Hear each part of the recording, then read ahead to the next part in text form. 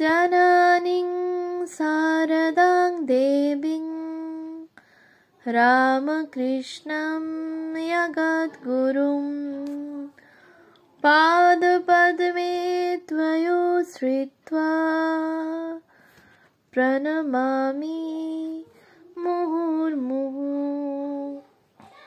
পূজনীয় স্বামী গম্ভীরানন্দজির রচনা শ্রীমা সারদা দেবী গ্রন্থ থেকে পাঠ।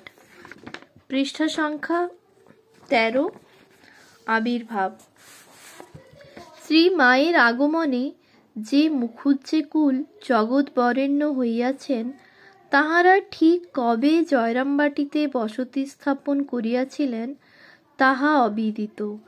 প্রাচীন দুইখানি দলিল দৃষ্টে জানা যায় যে 1076 সনের 12 বৈশাখ তারিখে বিষ্ণুপুরের জনৈক রাজা শ্রী চৈতন্য সিংহদেব জয়রামবাটি গ্রামস্থ শ্রীযুক্ত খেলারাম মুখোপাধ্যায়কে 11/4 কাঠা ব্রহ্মোত্তর ও 6/1 কাঠা দেবোত্তর নিষ্কর ভূমি দান করেন।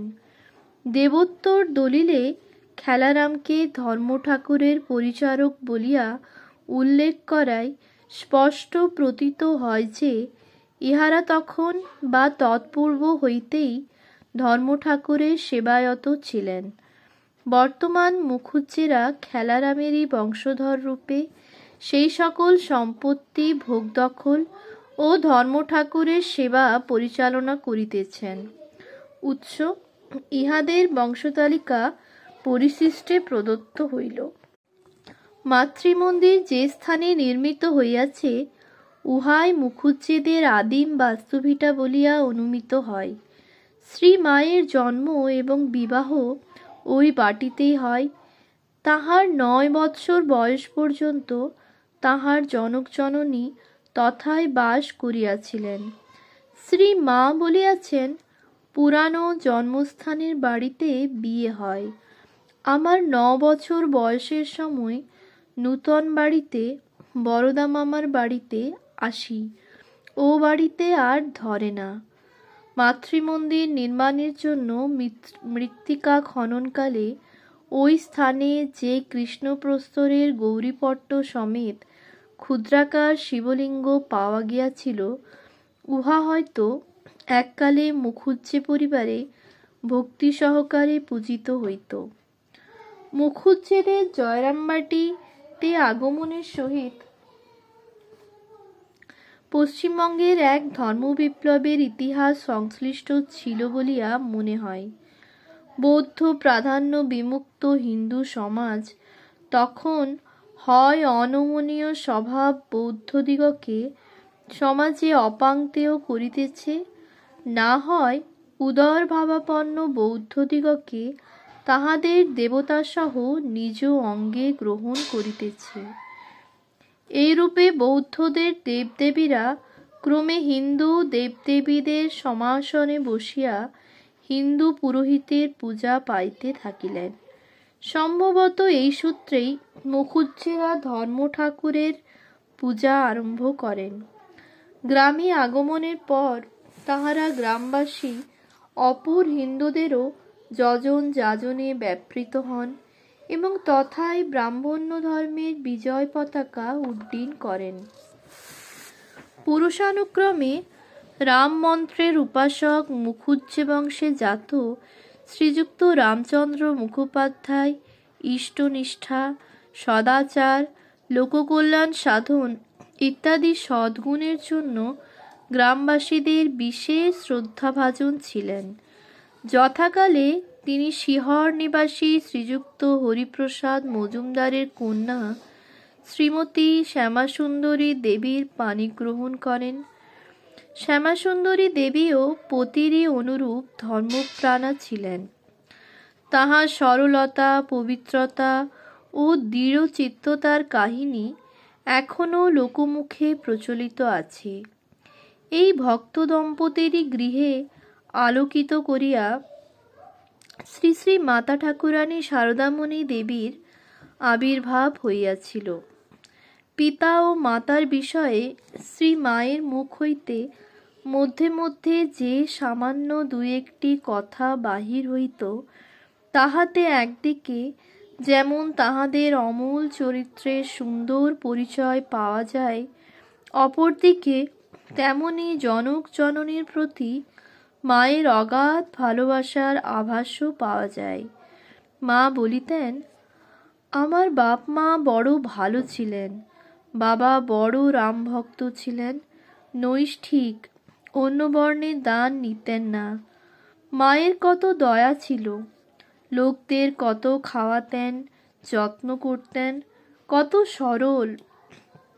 আর বলিতেন, বাবা তামাক খেতে খুব ভালোবাসতেন, তা এমনই সরল অমায়িক ছিলেন যে কেউ বাড়ির কাছ দিয়ে যেত ডেকে বসাতেন আর বলতেন, বসো ভাই, তামাক খাও।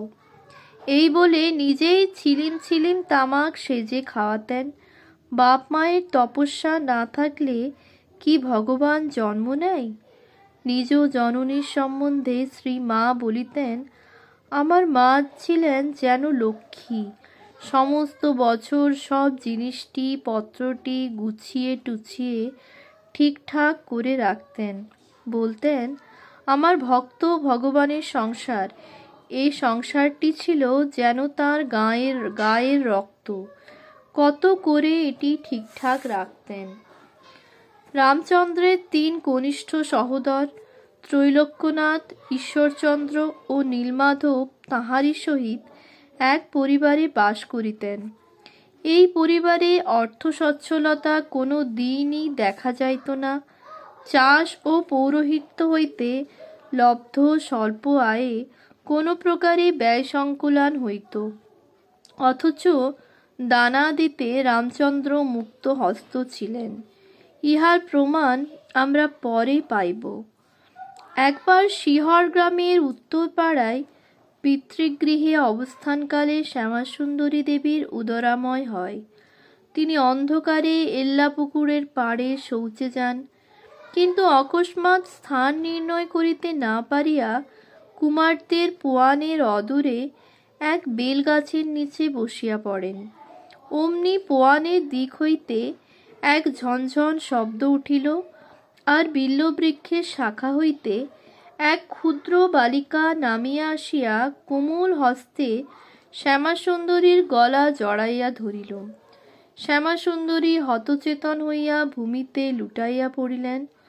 কতক্ষণ তিনি ওইভাবে ছিলেন জানেন না। আত্মীয় স্বজন পরে তাহাকে খুঁজিয়া বাহির করিলে ও তাহার সংজ্ঞা ফিরাইয়া আনিলে তিনি অনুভব করিলেন ওই কচি মেয়েটি তাহার গর্ভে প্রবেশ করিয়াছে। শ্রী শ্রী মায়ের কথা 2য় খণ্ডের আরম্ভে প্রদত্ত শ্রী শ্রী মায়ের জীবনীতে আছে, মা তাহার জন্মকথা এরূপ বলিয়াছিলেন, আমার জন্মও তো ওই রকমের, ঠাকুরের মতো। আমার মা শিয়রে ঠাকুর দেখতে গিয়েছিলেন। ফেরবার সময় হঠাৎ শৌচে যাবার ইচ্ছা হওয়ায় দেবালয়ের কাছে এক গাছতলায় যান। শৌচের কিছুই হলো না, কিন্তু বোধ করলেন একটা বায়ু যেন তাঁর উদর মধ্যে ঢোকায়। উদর ভয়ানক ভারী হয়ে উঠল। বসেই আছেন, তখন মা দেখেন যে লাল চেলি পরা একটি 5-6 বছরের অতি সুন্দর মেয়ে গাছ থেকে নেমে তার কাছে এসে কোমল বাহু দুটি দিয়ে পিঠের দিক থেকে তার গলা জড়িয়ে ধরে বলল, আমি তোমার ঘরে এলাম মা। তখন মা অচৈতন্য হয়ে পড়েন। সকলে গিয়ে তাকে ধরাধরি করে নিয়ে এলো। সেই মেয়েই মায়ের উদরে প্রবেশ করে। তা থেকেই আমার জন্ম। বাড়িতে ফিরে এসে মা এই ঘটনাটি বলেছিলেন। এই বিবরণটি কিছু অন্য আকারেও পাওয়া যায়, কিন্তু লক্ষ্য করিবার বিষয় এই যে মোটামুটি সবগুলির মধ্যে একটা সামঞ্জস্য আছে। এই সময়ে শ্রী শ্রী মায়ের পিতা শ্রীযুক্ত রামচন্দ্র মুখোপাধ্যায় কলকাতায় ছিলেন। কলকাতা গমনের সংকল্প গ্রহণের পূর্বে একদিন মধ্যাহ্ন ভোজনের পরে তিনি সংসারের অভাব চিন্তায় ক্লিষ্ট হৃদয়ে নিদ্রাভিভূত হইয়া স্বপ্নে দেখেন একটি হেমাঙ্গী বালিকা তাহার পৃষ্ঠপরি পড়িয়া কোমল বাহুপাশে তাহার কণ্ঠ বেষ্টন করিয়াছে। বালিকার অসামান্য রূপ ও মূল্যবান অলঙ্কার সহজেই তাহার অসাধারণত্বের পরিচয় দেয়। অতি বিস্মিত রামচন্দ্র শতই প্রশ্ন করিলেন, কে গো তুমি? বিনা বিনিন্দিত সস্নেহ কণ্ঠে বালিকা উত্তর দিল, এই আমি তোমার কাছে এলুম। রামচন্দ্রের ঘুম ভাঙিয়া গেল। স্বপ্ন বিবরণ চিন্তা করিয়া তাহার বিশ্বাস জন্মিল যে স্বয়ং লক্ষ্মী কৃপা করিয়া দর্শন দিয়াছেন। অতএব অর্থ উপার্জনের ইহাই প্রশস্ত সময়। তাই তিনি কলকাতায় গমন করিলেন। মুখোপাধ্যায় মহাশয়ের এই প্রচেষ্টা কতখানি ফলবতী হইয়াছিল তাহার সহিত আমাদের এই গ্রন্থের সম্বন্ধ নাই। তবে আমরা ইহা জানিতে পারিয়াছি যে গৃহে প্রত্যাগমনের পর সহধর্মিণীর মুখে তিনি যখন শিহরে দেব আবির্ভাবের সংবাদ পাইলেন, তখন তাহার আস্তিক ও স্বধর্মনিষ্ঠ মন সহজেই উহাকে সত্য বলিয়া গ্রহণ করিল। ভক্তিপরায়ণ ব্রাহ্মণ দম্পতি তদবধি ভোগ সুখে উদাসীন থাকিয়া পবিত্র দেহে ও পুতু হৃদয়ে দেবশিশুর জন্মকালের প্রতীক্ষা করিতে লাগিলেন। শ্রীমা ভূমিষ্ঠ হওয়া পর্যন্ত রামচন্দ্র আর স্ত্রীর অঙ্গ স্পর্শ করেন নাই। অধিকন্তু শ্যামাসুন্দরীকে তিনি দেবতার ন্যায় ভক্তি শ্রদ্ধা করিতেন। মায়ের মা একবার শ্রীযুক্তা যোগীনমাকে বলিয়াছিলেন, গর্ভাবস্থায় আমার এই রূপ, মাথায় চুল আর ধরে না। সেবার সাধে কত লোক যে কাপড় দিয়েছিল তার আর অবধি নাই। ক্রমে কাল পূর্ণ হইয়া আসিল। এখন হেমন্তের অবসান ও শীতের আরম্ভ। বাংলার পল্লীর ইহা সর্বাপেক্ষা সুখের সময়। বাহিরের কার্য শেষে গ্রামের কৃষককুল কৃষিলব্ধ শস্য গৃহে আনিয়া ক্ষেত্রলক্ষ্মীকে ভাণ্ডারে স্থাপনপূর্বক আনন্দে ভাসিতেছে। জয়রামবাটির প্রান্তরে রবিশস্যের শ্যামলশ্রী ছড়াইয়া পড়িতেছে। গৃহে গৃহে নবান্নের উৎসব হইয়া গিয়াছে। এখন তান্ত্রিককুলে প্রখ্যাত পৌষকালী দর্শনে সাধকবর্গ উৎসুক, এবং এখন হইতেই পৌষ পার্বণের কল্পনা ক্ষুদ্র বালক বালিকার মনে লালসা জাগাইতেছে। আবার খ্রিস্টান সমাজ যিশুর আশু জন্মোৎসবের আয়োজনে ব্যাপৃত। আর এদিকে দক্ষিণায়ন শেষে উত্তরায়ণে দেবগণের জাগরণ হইতেছে।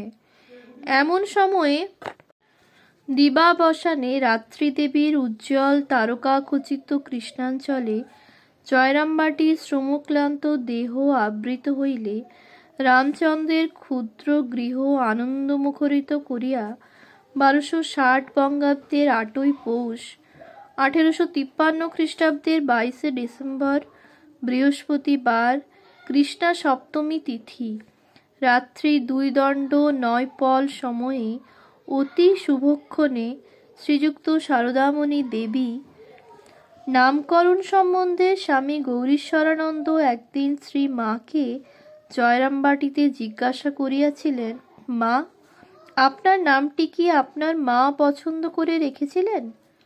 শ্রী মা তদুত্তরে বলিয়াছিলেন, না বাবা, আমার মা আমার নাম রেখেছিলেন ক্ষেমংকরী।